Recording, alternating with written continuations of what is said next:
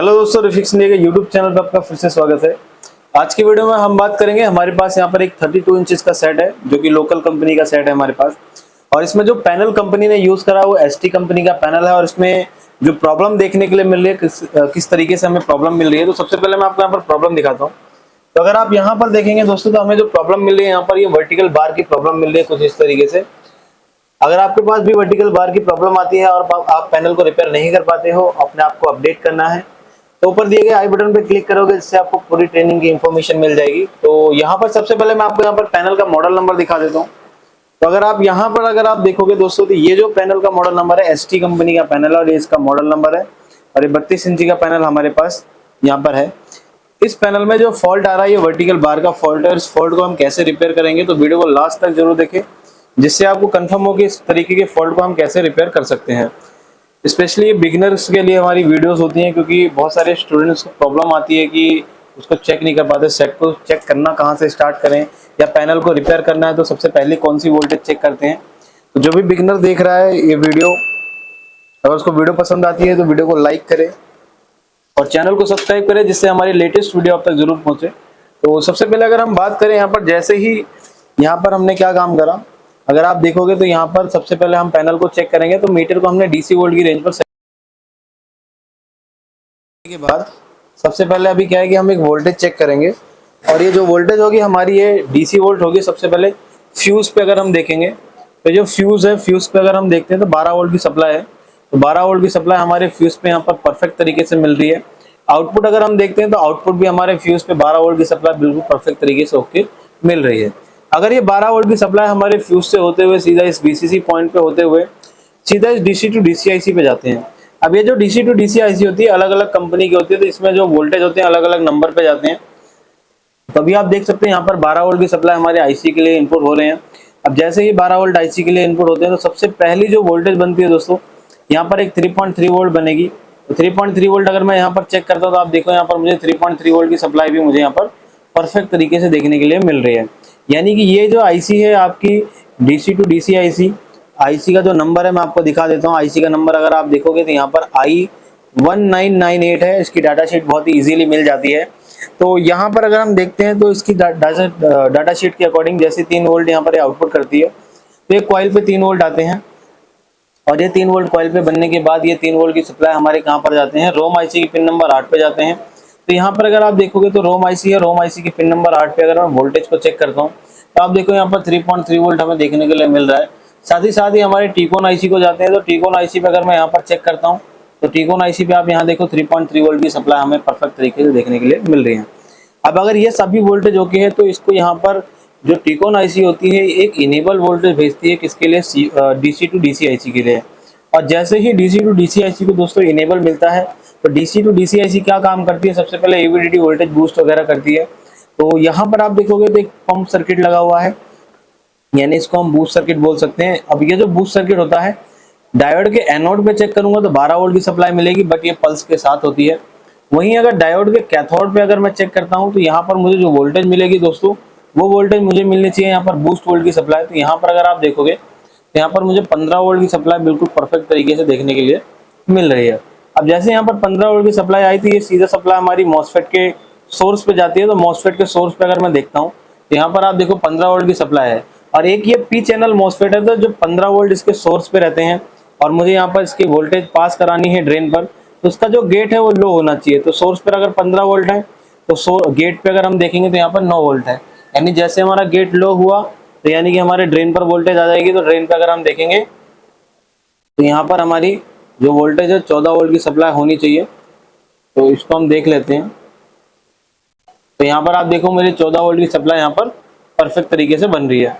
अब जैसे ही 14 वोल्ट की सप्लाई हमारे आउटपुट से निकले, तो यहाँ से जो 14 वोल्ट की सप्लाई होती है, ये जाती है हमारी चार्ज पंप सर्किट के लिए। तो यहाँ पर देखोगे 2 डायोड लगे हुए हैं, जिसकी इनपुट सप्लाई की अगर मैं बात करूँ, तो यहाँ पर जो ये इनपुट ले रहा है, इनपुट कितनी ले रहा है देखो मैं यहाँ पर बताता हूँ। तो सबसे पहले इस डायोड पे अगर मैं चेक करता हूँ, तो यहाँ पर देखो 15 वोल्ट की सप्लाई इनपुट ले रहा है, और आउटपुट कितना कर रहा है यहाँ पर अगर मैं देखता हूँ, तो आउटपुट अगर आप देखोगे तो यहाँ से आउटपुट कर रहा है 28 वोल्ट की सप्लाई। लेकिन 28 से पैनल काम नहीं कर रहा है, तो इसलिए क्या करा कि पैनल को बूस्ट और बनाने के लिए इस 28 को उठा के इस डायोड को दे दिया।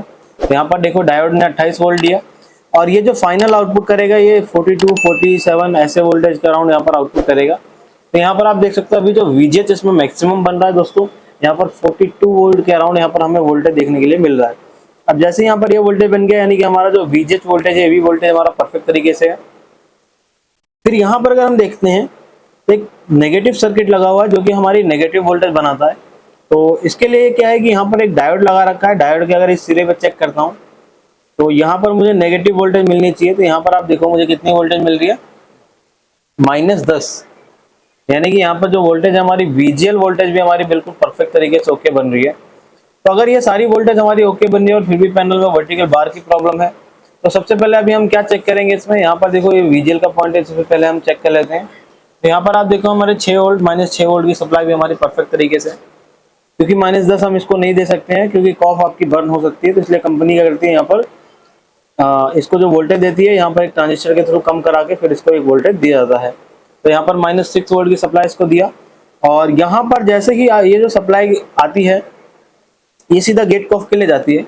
साथ ही साथ यहाँ पर अगर आप देखेंगे तो आपको यहाँ पर एक टेस्टिंग पॉइंट मिलेगा जो कि हमारा VGH का टेस्टिंग पॉइंट है।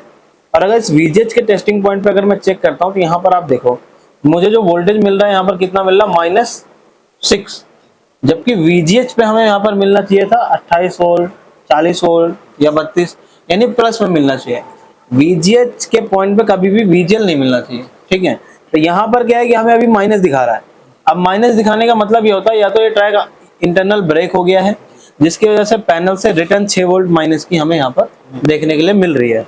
अब यहाँ पर क्या है, या तो मैं इस IC को रिप्लेस करूं या तो फिर अभी क्या करें हम, यहाँ से जो आपकी 28 वोल्ट की सप्लाई बन रही है, इस 28 वोल्ट की सप्लाई को मैं एक डायरेक्ट जंपर लगाऊं VGH पे, जिससे क्या हो कि अभी हमारा क्या कंडीशन बनती है हमें देखने को मिलेगी। तो सबसे पहले क्या है, सेट को यहाँ पर ऑफ कर लेंगे, और सेट को ऑफ करने के बाद हम यहाँ पर एक जंपर लगाएंगे, और जंपर लगाने के लिए हमारे पास एक जंपर वायर होना चाहिए। तो ग्रीन वाला हम जंपर वायर ले लेते हैं,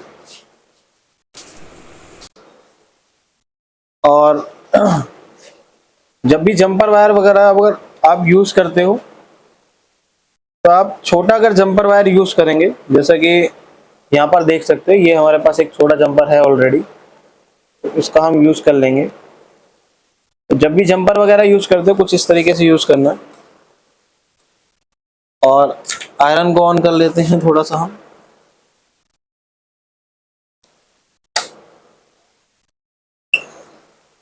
और जब भी आप इस तरीके से काम करते हो, माइक्रो काम करते हो, माइक्रो जंपर वगैरह लगाते हो, तो आपकी हैंड स्किल थोड़ी प्रॉपर होनी चाहिए।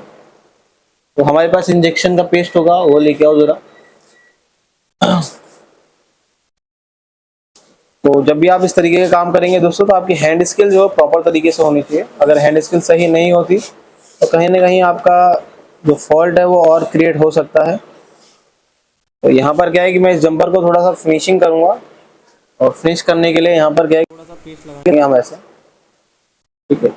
यहाँ से पेस्ट को ले लेते हैं, और इसके बाद क्या है कि यहाँ पर हम थोड़ा सा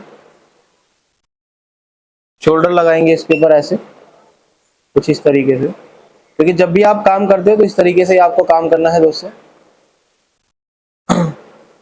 थोड़ा सा शोल्डर यहाँ भी लगाएंगे ऐसे कुछ इस तरीके से।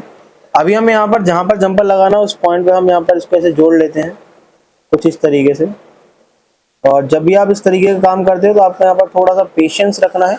जैसा कि अभी मैंने जंपर को लगाया, और यहाँ पर अभी हमें जंपर को लगाना है, तो इस पॉइंट पे थोड़ा सा हम यहाँ पर अभी पेस्ट का यूज करेंगे, बहुत ही हल्की मात्रा में, क्योंकि क्या है कि ज़्यादा पेस्ट लगाना सही नहीं है। तो यहाँ पर हमने बहुत ही हल्का पेस्ट यहाँ पर यूज करा, और यहाँ पर थोड़ा सा हम शोल्डर डालेंगे कुछ इस तरीके से। अभी आप देखोगे यहाँ पर, अब इसको हम सोल्ड कर देंगे कुछ ऐसे। और जब भी आप इस तरीके का जंपर लगाते हो तो आपको इस चीज़ का ध्यान देना है कि वो जंपर आपस में कहीं शॉर्ट ना हो रहा हो। तो यहाँ पर अभी आप देखो, यहाँ पर जंपर हमारा प्रॉपर तरीके से लग चुका है। और ये जंपर लगाने के बाद क्या है कि अभी हम यहाँ पर वोल्टेज देंगे। कई बार जंपर लगाने के बाद वोल्टेज ड्रॉप हो जाती है, तो सबसे पहले यहाँ पर वोल्टेज को हम चेक करेंगे क्या वोल्टेज हमारी ड्रॉप होती है या नहीं होती। तो सेट को ऑन करो वहाँ से। तो अभी जैसे हम सेट को ऑन करते हैं, और ऑन करने के बाद यहाँ पर चेक करेंगे क्या कंडीशन रहती है। तो मीटर को यहाँ लगा के रखते हैं और सेट को ऑन करते हैं और देखते हैं क्या कंडीशन है। जैसे सेट को ऑन करा, यहाँ पर देखो 28 वोल्ट की सप्लाई बिल्कुल स्टेबल है। तो एक बार यहाँ पर पिक्चर की कंडीशन देखते हैं कि पिक्चर की कंडीशन हमें देखने के लिए मिल रही है। तो अगर हम देखते हैं तो हमारे पास ये जो पैनल है, अभी इसमें देखोगे तो यहाँ पर हमारी जो पिक्चर है बिल्कुल परफेक्ट तरीके से यहाँ पर ओके चल रही है। लेकिन इसमें अभी आपको यहाँ पर एक लाइनिंग सिंगल लाइन देखने को मिल रही होगी। दोस्तों ये जो सिंगल लाइन आती है कॉफ की वजह से आती है, साइड कॉफ, इसकी हम बॉन्डिंग करेंगे तो उससे ये ओके हो जाएगा। लेकिन अभी फिलहाल जो हमारा फॉल्ट था वो वर्टिकल बार का फॉल्ट था, जो कि अभी हमारा क्लियर हो चुका है। तो इस तरीके से दोस्तों आप भी किसी भी पैनल को आसान तरीके से रिपेयर कर सकते हो। अगर आपको वीडियो पसंद आई हो तो वीडियो को लाइक करें, शेयर करें और चैनल को सब्सक्राइब जरूर करें। Thank you friends.